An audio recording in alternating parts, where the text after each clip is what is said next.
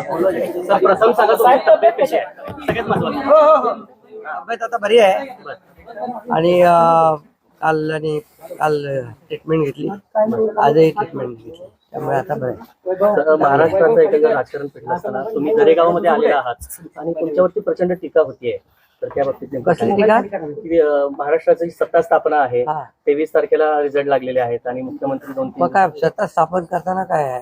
गावाला यायचं नाही असं काय नियम आहे? मी नेहमी गावी येतो. आणि एवढं सगळं आता निवडणुका झाल्या, एवढे प्रचार झाले, दौरे झाले आणि निवडणूक देखील आम्ही महायुती प्रचंड मताधिक्याने जिंकलो आणि जनतेच्या मनातलं सरकार आता स्थापन होईल आणि लोकांनी भरभरून प्रतिसाद दिला. गेल्या 2.5 वर्षामध्ये जे आम्ही काम केलं त्या 2.5 वर्षाची खऱ्या अर्थाने मी नेहमी सांगायचो भाषणामध्ये, पोचपावती जनता देईल. आणि 2.5 वर्षाच्या कामाची जे महाविकास आघाडीने कामं थांबवली होती, प्रकल्प थांबवले होते, ते आम्ही वेगाने गतिमानतेने पुढे नेले आणि त्याचबरोबर विकास आणि कल्याणकारी योजना यांची सांगड घातली. आज कल्याणकारी योजना जर आपण पाहिल्या, मुख्यमंत्री माझी लाडकी बहीण योजना आणि इतर ज्या काही योजना आहेत, म्हणजे मुलींचं शिक्षण असेल, वयोश्री योजना असेल, शेतकऱ्यांच्या योजना असतील, अशा योजना आतापर्यंतच्या इतिहासामध्ये किती वर्ष तुम्ही पत्रकारिता करताय, तुम्ही देखील एकदा त्याचा अभ्यास करा की आतापर्यंतच्या इतिहासात कधीही न झालेली कल्याणकारी योजनांचा निर्णय महायुतीच्या सरकारने अवघ्या 2.25 वर्षात घेतला. बरोबर, हा इतिहास आहे आणि या योजना महाराष्ट्राच्या इतिहासामध्ये सुवर्णाक्षराने लिहिल्या जातील. आणि मला विश्वास होता की आम्ही केलेला विकास, आमचा अजेंडा विकासाचा होता आणि आम्ही केलेल्या कल्याणकारी योजना, आम्ही म्हणायचो सर्वसामान्यांचं सरकार आहे, सर्वसामान्यांचं सरकार, गोरगरिबांचं सरकार. मी देखील एक शेतकरी कुटुंबातून आलो म्हणून मी गावी येतो.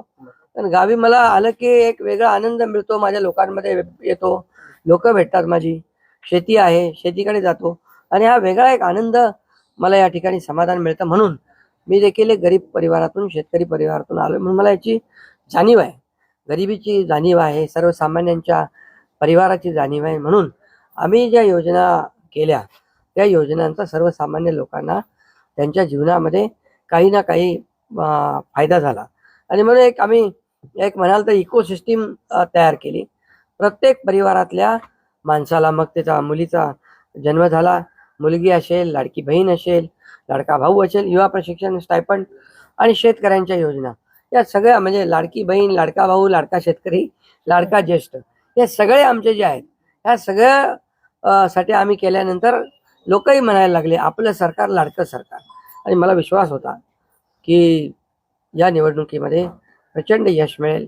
आम्ही ज्या योजना केल्या प्रचंड यश मिळेल. आम्ही ज्या योजना केल्या त्याचं प्रतिबिंब या निवडणुकीमध्ये पाहायला मिळालं. आणि तसंच्या तसं आतापर्यंतच्या इतिहासामध्ये एवढ्या मेजॉरिटीने महायुतीला जे यश मिळालं ते कधीच मिळालं नव्हतं. अशी मागणी आहे की तुम्ही मुख्यमंत्री व्हावं, अशा प्रकारची खूप मागणी आहे. नेमकं काय ठरलंय याचीही उत्सुकता नाही. यामध्ये बघा, साहजिक आहे, जनतेच्या मनामध्ये मी जे काम केलं, मुख्यमंत्री, जनतेचा मुख्यमंत्री, मी कॉमन मॅन म्हणून जे काम केलं, मी म्हणायचो CM म्हणजे चीफ मिनिस्टर नुसतं नाही तर कॉमन मॅन. आणि कॉमन मॅन समजून मी काम केल्यामुळे कॉमन मॅनच्या ज्या अडचणी आहेत, दुःख आहेत, ते मी समजून घेऊन सोडवण्याचा प्रयत्न केला. त्यामुळे साहजिक आहे लोकांची भावना. पण आणि त्याबरोबर मुख्यमंत्री म्हणून माझ्या नेतृत्वाखाली निवडणुका झाल्या, माझे दोन्ही उपमुख्यमंत्री सोबत होते, सर्व सहकारी सोबत होते आणि मिळालेले यश हे अतिशय प्रचंड आहे. आणि यामध्ये मी म्हणूनच याच्यामध्ये कोणाचाही संभ्रम नको म्हणून मागच्या आठवड्यामध्ये मी प्रेस कॉन्फरन्स घेतली. आपल्याला माहीत आहे की यामध्ये आदरणीय प्रधानमंत्री नरेंद्र मोदीजी, आदरणीय अमित शाह गृहमंत्री, भाजपाचे अध्यक्ष, आणि या सर्व निर्णय घेतील मुख्यमंत्री पदाबाबतचा. तो मी सांगितलं, त्याला पूर्ण शिवसेनेचा पाठिंबा आहे, माझा पाठिंबा आहे. त्यामुळे आता कुठं काही असं किंतु परंतु कोणाच्याही मनामध्ये नसावा. शेवटी मी मनमोकळेपणाने काम करणारा कार्यकर्ता आहे आणि म्हणून माझा निर्णय मी घेतलाय. सभापती पद पाहिजे म्हणून एकनाथ शिंदेचे प्रेशर पॉलिटिक्स आहे असं बोललं जातं.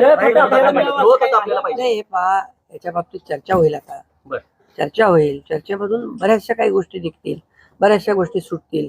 आणि त्यामुळे आम्हाला सर्वात महत्त्वाचं म्हणजे आम्हाला जे निवडून दिलेलं आहे लोकांनी, बरोबर. त्या लोकांना ज्या काय आम्ही कमिटमेंट केलेल्या आहेत त्या राज्याच्या विकासाच्या दृष्टीने किंबहुना ज्या आम्ही लोकांची बांधील आहोत ही बांधिलकी आम्हाला जपायची आहे.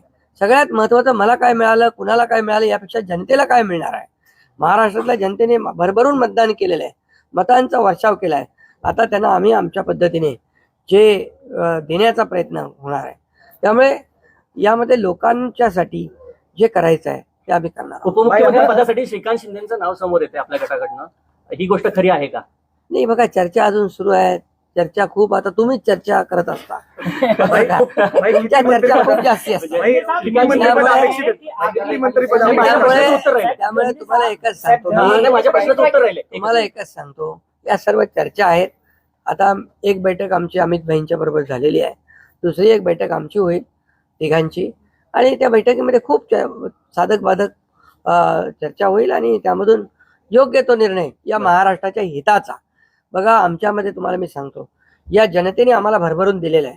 जनतेला असं वाटता कामा नये की आम्ही सत्ता दिली, सरकार म्हणजे एवढी मेजॉरिटी दिली, आता चांगलं सरकार स्थापन व्हावं, जी अपेक्षा जनतेची आहे ती आम्ही पूर्ण करणार. सालों से पत्रकारिता करते हुए जरा खाली थोड़ा याद करो कि आज तक के इतिहास में इतने बड़े 2.5 साल के अंदर इतने बड़े पैमाने पर डेवलपमेंट और इतने बड़े पैमाने पर वेलफेयर स्कीम, जो कल्याणकारी योजना कभी की थी, ये देखो, मैं इतना ही कहूँगा, इतनी योजनाएं 2.5 साल में करने वाली ये ऐतिहासिक सरकार है और ये सुनहरी अक्षरों में लिखा जाएगा, ये भी मैं बताता हूँ, क्योंकि हर घर में कुछ ना कुछ, ये सर्वसामान्य आम आदमी का सरकार है, गरीब का सरकार है, ये हम बोलते थे, वैसे करके दिखाया है.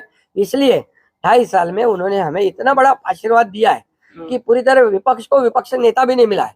इससे आप पता करो कि ये सरकार ने इतने कम समय में हमने जो काम किया इसका नतीजा है.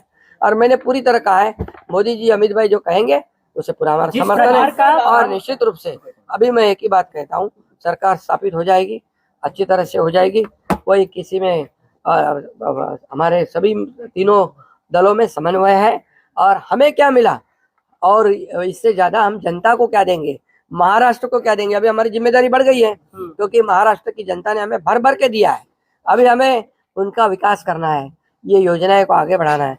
इस पे पीछे हम काम करेंगे. इतने में जो सवाल ये उठ रहे हैं सर, अपोजिशन की तरफ से सवाल ये उठ रहे हैं कि तारीख घोषित हो गई है, स्थल घोषित हो गया, पर सीएम अभी तक घोषित नहीं. अरे भैया, उनकी कल मीटिंग है ना, विधानमंडल पक्ष की उनकी मीटिंग है, उसमें तय हो जाएगा. क्यों चिंता करते हो, 5 तारीख तो हुई है, तो आप चिंता मत करो, सब बराबर हो जाएगा.